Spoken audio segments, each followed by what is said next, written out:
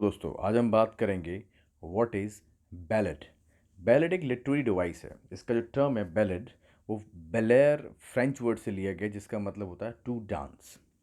सबसे पहले जो फर्स्ट बैलेड लिखा गया था वो 13th सेंचुरी में लिखा गया था जिसका नाम था जूडस। मगर ये पॉपुलर जो हुए थे वो हुए थे मिडिल एज में, वो भी लेट मिडिल एज में, 14th सेंचुरी जिसे हम कहते हैं। और इसको इनको जो बैलेट्स को पॉपुलराइज किया गया था वो मिनिस्ट्रल्स ने किया था। मिनिस्ट्रल्स कौन थे? ये पोएट थे, जो वॉन्डरिंग पोइट्स भी कह सकते हैं, जो एक जगह से दूसरी जगह जाकर इन्होंने इस बैलेट को फैलाया था।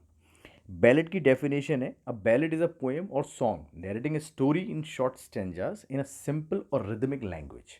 बैलेड क्या एक पोएम है या सॉन्ग है जिसमें हम एक स्टोरी को नरेट करते हैं, उसके बाद स्टोरी को गाते हैं, वो भी शॉर्ट शॉर्ट स्टेंजास के अंदर बहुत ही सिंपल तरीके से, और वो भी रिदमिक लय में। अगर हम इसको देखें कि लेट मिडिल एजेस में मिनिस्ट्रल्स ने इन सॉन्ग्स को हार्प, एक यू शेप का हार्प होता है, एक वादन है ये, इसको बजाते थे, गाना गाते थे और एक गांव से दूसरे गांव वो जाते थे। इनके जो सब्जेक्ट होते थे, मतलब जो थीम होती थी इन नैरेटिव सॉन्ग्स की, वो क्या होती थी? लव स्टोरीज होती थी, हिस्टोरिकल बैटल्स, ऐतिहासिक युद्ध हुआ करते थे, कोई घटनाएं, बड़ी घटनाएं, लेजेंड्स के बारे में, जैसे बेवुल्फ एंग्लो सेक्शन पीरियड का एक लेजेंड था, और जर्नी दूर जगहों के बारे में वो गाते थे। स्ट्रक्चर क्या था बैलेड का? जैसे कि नैरेटिव पोएटिक फॉर्म था। नैरेटिव पोएटिक फॉर्म का मतलब है एक स्टोरी पोएटिक फॉर्म में बताई जाती थी। रिदम था, म्यूज़िक था, रीजनल थीम हुआ करती थी, और ए बी सी बी और या ए बी राइमिंग स्कीम में इसको लिखा जाता था। इसके स्टेंजा को बैलेड स्टेंजा भी कहते हैं, जो कि क्वार्टरेन फॉर्म में हुआ करता था। क्वार्टरेन फॉर्म मीन्स 4 लाइन का एक स्टेंजा। इसकी पहली और तीसरी लाइन जो होती थी वो आयम्बिक टेट्रामीटर में होती थी, मतलब 4 फीट में। और सेकंड और फोर्थ लाइन जो होती थी वो ट्राईमीटर में होती थी, मतलब 3 फीट के अंदर। इसको कोलक्कियन लैंग्वेज में बोला जाता था, गाया जाता था, बोलचाल की भाषा, और डायलॉग फॉर्म में होती थी ये।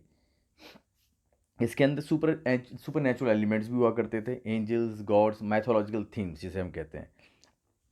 अगर टाइप ऑफ बैलेड की बात करें तो दो तरह के बैलेड हैं, लिटरेरी बैलेड, और दूसरे हैं फोक या ट्रेडिशनल बैलेड। तो पहले लिटरेरी बैलेड को देखते हैं। इसका स्ट्रक्चर क्या था कि ये नैरेटिव वर्स, मतलब स्टोरी टेलिंग पोएटिक फॉर्म में हुआ करती थी।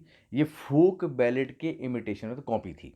इसको ये एलेबरेट होते थे और कॉम्प्लेक्स हुआ करते थे। इनके ऑथर्स का पता होता था कि भाई किसने ये लिटरेरी बैलेड लिखा है। जैसे फॉर एग्जांपल जॉन कीट्स ने लबेला डेम्स ऑफ मर्सी को लिखा, और थॉमस हार्डी ने ड्यूरिंग विंड एंड रेन। ये दोनों ही बैलेड हैं, और ये ट्रेडिशनल नहीं है, ये लिटरेरी बैलेड है। इनके ऑथर्स का पता है। ये अगर आप इनको ध्यान से पढ़ें तो देखेंगे कि बहुत ही एलेबरेट और कॉम्प्लेक्स तरीके से लिखे जाते थे। अगर हम ट्रेडिशनल और फोक बैलेड की बात करें तो इनके पोइट्स का नहीं पता होता था कि किसने लिखा है। ये कभी रिटन फॉर्म में नहीं होते थे, ओरली, मतलब मुंह से, बोलचाल के माध्यम से, गीत के माध्यम से ये एक जनरेशन से दूसरी जनरेशन को पास ऑन होते थे। इसीलिए इनके ऑथर्स का पता नहीं चलता था। ये फोक सॉन्ग लोकगीत हुआ करते थे, स्टोरी टेलिंग के माध्यम से इनको गाया जाता था। इसके अंदर भी जो थीम थी, सब्जेक्ट था, वो हिस्ट्री हिस्ट्री हुआ करती थी, लेजेंड्स के बारे में, फेरी टेल्स हुआ करती थी, परी लोक कथाएं। मगर जैसे जैसे समय बदला, इसके वर्ड्स और ट्यून चेंज होती गई, जैसे लिटरेरी बैलेड आप देख सकते हैं। एग्जाम्पल देखते हैं, rhyme of the ancient mariner, जो कि सैमुअल टेलर कॉलरिज ने लिखी है। ये फोक बैलेड का एक एग्जाम्पल है। हम जानते हैं कॉलरिज जो थे रोमांटिक इरा में थे। इस बैलेड के अंदर एक सेलर था जो 3 दोस्तों को पार्टी में जाने से रोकता है, और उन्हें अपनी एक कहानी सुनाता है। और कहानी क्या थी कि एक शिप पर वो सेलर था, और वहाँ पर किस तरीके से सारे लोग मारे गए, मिस्टीरियस तरीके से।